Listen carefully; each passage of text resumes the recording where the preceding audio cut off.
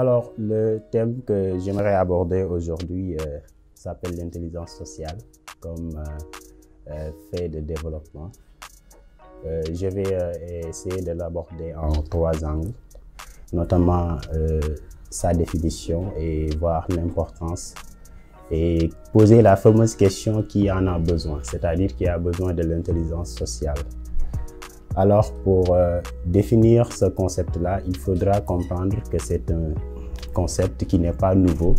Déjà, c'est une philosophie humaniste qui veut dire exactement le comportement qu'on a à acquérir ou bien les compétences qu'on a à acquérir, voilà, qui permettent à une personne de pouvoir maîtriser ses émotions, de pouvoir aussi connaître les émotions et les sentiments des autres pour ensuite essayer de les acquérir et de les maîtriser afin de pouvoir adopter un comportement bien positif. Au-delà, pour élucider son importance, il faudra aussi dire que c'est un thème qui est étroitement lié au concept aussi d'intelligence émotionnelle, qui veut dire le fait de maîtriser ses émotions, mais aussi maîtriser les émotions des autres dans le but de composer avec ces autres-là.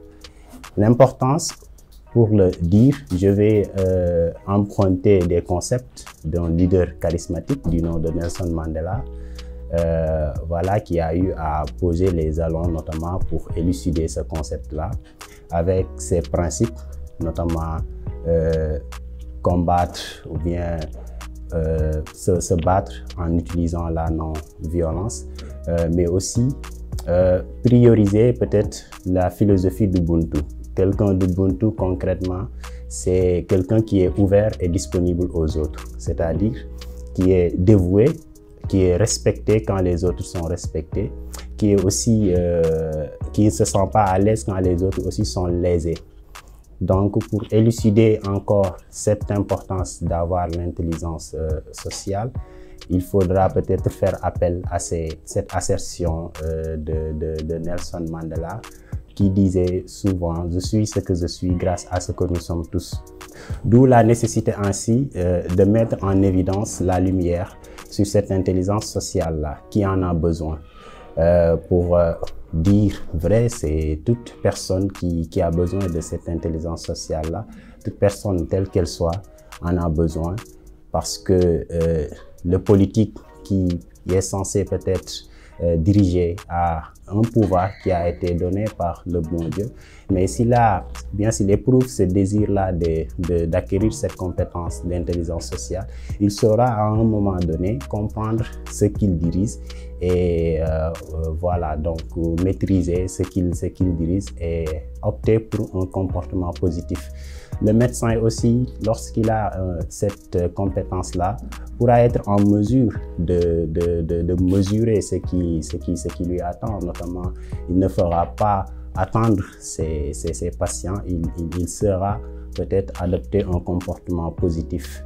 Ou bien aussi, dans le cadre de la négociation, par exemple, ceux qui sont censés parler ou bien interagir avec les personnes, ils sont censés aussi obtenir cette compétence-là pour pouvoir faire des bons dans leur manière de faire. La chose à retenir donc, c'est quoi? C'est cette fameuse assertion « Je suis ce que je suis grâce à ce que nous sommes tous ». Donc, il faudra respecter ce que les autres sont. Il faudra aussi avoir un comportement vis-à-vis de son espace, vis-à-vis de sa nature.